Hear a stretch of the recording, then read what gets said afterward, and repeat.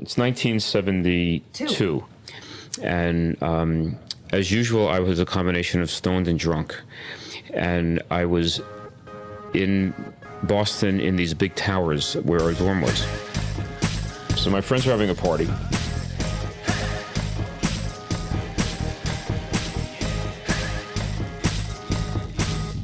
I had been studying with my friends, and we really couldn't focus, so that's when I went over. Okay.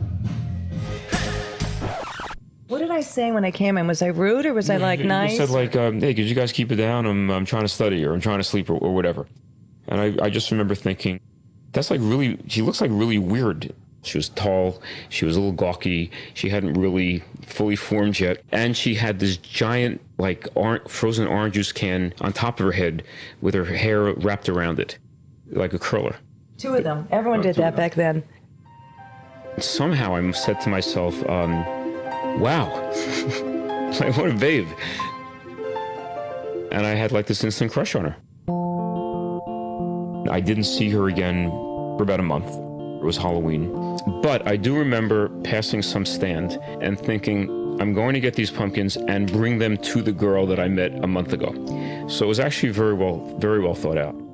And I'm sure I was carrying my guitar with me because I carried it everywhere, just as a point.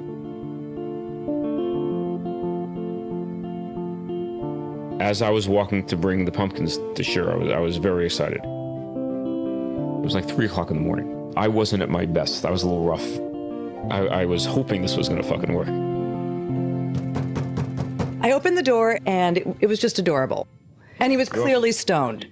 So I said, I have many pumpkins. I don't think I knew her name at that point. I remember this as clear as day. And he said, I have many, many pumpkins for you, Shira. And there were 3 pumpkins. It was this expression of such like, I have brought this to you. I have gone far and brought you these amazing gifts. I felt very like kind of giddy and like, he likes me. But it's interesting how that night then became a friendship where it really should have become dating or a girlfriend. This was this brief period because I was dating these 2 other guys briefly. I was actually jealous of them. Well, first they were really lowlifes. The first guy was the really small hobbit-like guy. And all we ever did was make out, except that he was so tiny, he sat on my lap when we made out. Well, Ed was just like the greasiest guy. And I don't mean just as a term. He was literally greasy. I mean, there was grease like dripping off of him. And if I remember correctly, he had asked Mom to shoplift. Yeah, the feeling was, why wouldn't she be with me when she was with these guys? I was like, pretty good. During this friendship of this year, Rick carried his guitar everywhere, literally. But he would play guitar for me at night, and Was I good? I always say one of the reasons I fell in love with him is just he played this fabulous sort of southern blues, and it was really soulful and very sexy, and I just thought he was extremely cool. What was the name of the Devil song? Say no to the devil. Say no to the devil. Say no to the devil. Say no. Well, devil's just a deceiver now. He don't do nobody right. Say no to the devil. Say no. But the point of it is we became very good friends all through our freshman year. You had gone to Europe with your friends for the summer, and I started to realize, oh my God, I really am missing Ricky. I love this guy. He's not just my best friend, but like, this is more. And we wrote letters.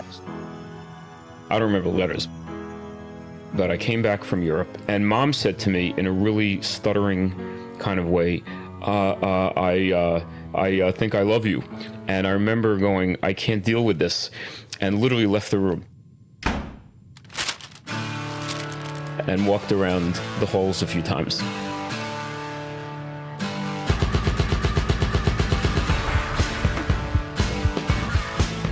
I was like hyperventilating.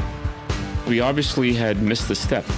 The step is dating, getting to know somebody, spending a lot of time with them, somebody saying the L word at some point. Shira kind of said that before we even went through that. And then I seem to remember I came in and said, I stuttered a little bit, and I said, I think a lot. Like, I think, I guess, yeah, I guess I love you too.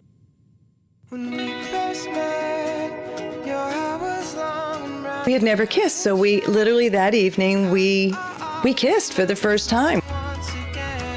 He was just, I don't know, he felt like my heart. Crushes where you literally feel like every time you see the person, your heart is like totally passing out. It's like being in a haze. That's maybe why the word crush, because you do feel crushed. And how many people really have a crush, and then that ends up being the real relationship? Which we did, so, and that does happen. Crushes turn into pumpkins, and then it turns into love. It does. Sometimes.